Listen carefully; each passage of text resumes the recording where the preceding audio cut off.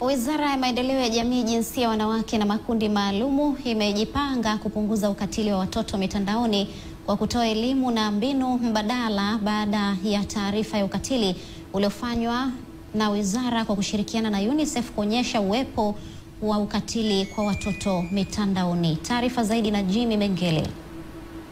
Akiongea na waandishi wa habari wakati wa mafunzo jinsi ya kukabiliana na changamoto ya usalama wa mtoto mtandaoni kwa wadau wa masuala ya watoto kutoka kanda ya Mashariki, afisa maendeleo ya jamii mkuu kutoka Wizara ya Maendeleo ya Jamii, Jinsia, Wanawake na Makundi Maalum, Mwelinde Kato, amesema wamejipanga kukabiliana na changamoto hiyo baada ya matokeo ya utafiti. Katika utafiti huo ilionyesha kuwa 67% ya watoto wa miaka 12 mpaka 17 wanaingia kwenye mitandao, na 4% walishawahi kukutana na wahalifu mtandaoni.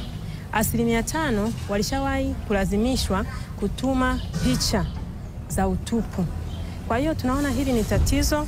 Hawa ni wadau wanaosimamia usalama wa mtoto mtandaoni. Wanazungumziaje kuhusu changamoto ya ukatili wa mtoto mtandaoni? Bailo inaingia hapo kwamba kumbe tunaweza tukazuia sehemu kubwa ya mambo haya ikiwa tutakuwa na bailo katika maeneo yetu ambayo tutakayo ya zungumza katika nini inaweza ikatusaidia, na pengine hiyo ikaondoa hizi changamoto kwa kiwango kikubwa, ikabakia humu mijini katika senta kubwa ambao watoto wana nafasi kubwa sana ya kuwa na haya masimu na muda mwingi. Pili, hata majumbani kwetu mtoto akilia kidogo simu ndo unampatia ili anyamaze.